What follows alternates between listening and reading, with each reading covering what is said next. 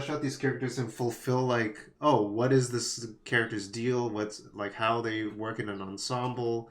Like like before, like in the Muppet Show, they'd be kind of like only like a few notes on the keyboard compared to the whole piano of like all the other Muppet characters.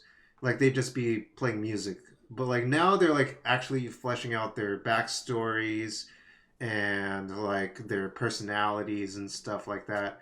And maybe this is gonna flesh out like the first leg of a Muppet verse where like they're gonna have the backgrounds of other Muppet characters in the Muppet universe. But who knows? That's actually something they said in this Wikipedia here. Yeah. Blah, blah, blah, blah. People are criticizing the Tom Cruise movie for doing the same thing. So yeah, they might actually like start branching out. Yeah. One thing that came to mind since you mentioned it, like, I don't know if people are gonna be like, "Oh, canon. According to this canon, Animal would never do this," compared to like something in the '60s or whatever. Yeah, there's not really like that much. It's more of an idea of the character, like the characters, opposed to like, what do you call it? Like comic book editing of the universe. Like retconning or something Not like that? Not really retconning, but like you're keeping all the universe like together, so like for this huge comic book editor, like a multiverse. Yeah, like they gotta like keep everything all consistent. These events like for like 100 comics are based on like this one storyline or whatever. Yeah, like honestly, like because these characters are so unfleshed out, that means they don't have to deal with continuity issues. With like, they were about like the '60s where like it was all sitcoms and stuff, so like you don't have to worry about like arcs and stuff. Yeah, like comic book fans and comic books are very serious about like having continuity and like like a fan will complain, oh, the Flash doesn't eat donuts, but in this latest comic he's eating a donut.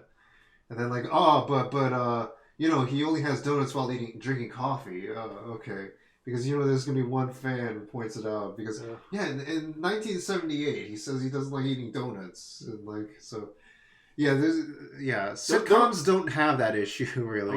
I guess people give a lot of leeway for sitcoms, I mean there was some of that even with the Power Ranger special Once and Always were like what happened to the White Ranger? Where's all the turbo powers? Right. When it really doesn't matter for that thing. Right. Yeah, something about having live actors and stuff just makes people feel like it's less... Well, the thing with Power Rangers, like, after the season's over, like, the powers are destroyed or they move on to another one to combine the powers or whatever. Right. Yeah, I was like, it doesn't really matter. They honestly did do a pretty decent job at, like having fun callbacks and, like, continuity references to, like, the different Power Rangers series that involve that main cast. And it didn't explain everything, Yeah, and like they just threw in a few here and there for fun, but like they didn't like have to go into it all. It wasn't like super deep. It was like a one episode's hour special or whatever. But anyway, we're getting on Power Rangers again. Yeah.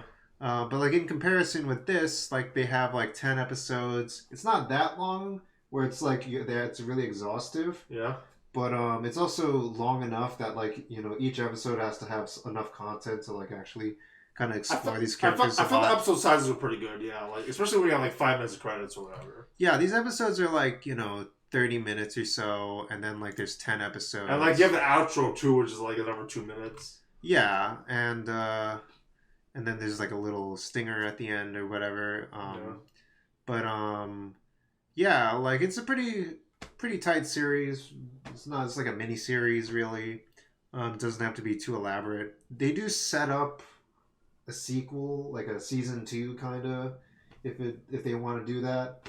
But it also kind of ends on a good note too. Yeah. It doesn't have to go into that either. Yeah. But I mean, with all the budgeting stuff and all the stuff going around Disney, maybe they weren't sure if they were going to do it.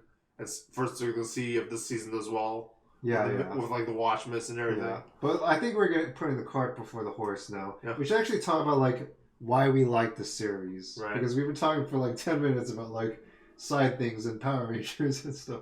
So like, why do we like this series? Yeah, it's fine. Why do we like the series? I don't know. Do you want to? It didn't offend me. The stories they weren't complicated. They weren't but they were like simple. I sort of like complicated things, but I sort of like simple things at the same time. Yeah. everyone does a good job. The acting was great. I liked how I talked about how they don't talk to the Muppets as if they were Muppets. They were talking to them as if they were humans or whatever. Yeah, And, that's an important like lore thing that like inside Muppets. I'm pretty sure like that's part of like it's in the books and stuff that like you have to talk to the Muppets that they're like people or whatever. They're not puppets or whatever. The original green screen, the Muppets. Yeah. Yeah, that you have to have that suspension of disbelief. Yeah. Otherwise, it like kind of breaks down or something. Yeah, like it was like some toxic masculine dude like working on Muppets. You'd be like, "This is ridiculous." Like, yeah, you can't have the wrestling WWE franchise working with Muppets. Really, I was just feeling like Burt Reynolds or someone who's like who thinks is like above him or whatever. Oh yeah, you have to. It's that's the thing is that it has to be very earnest. Yeah.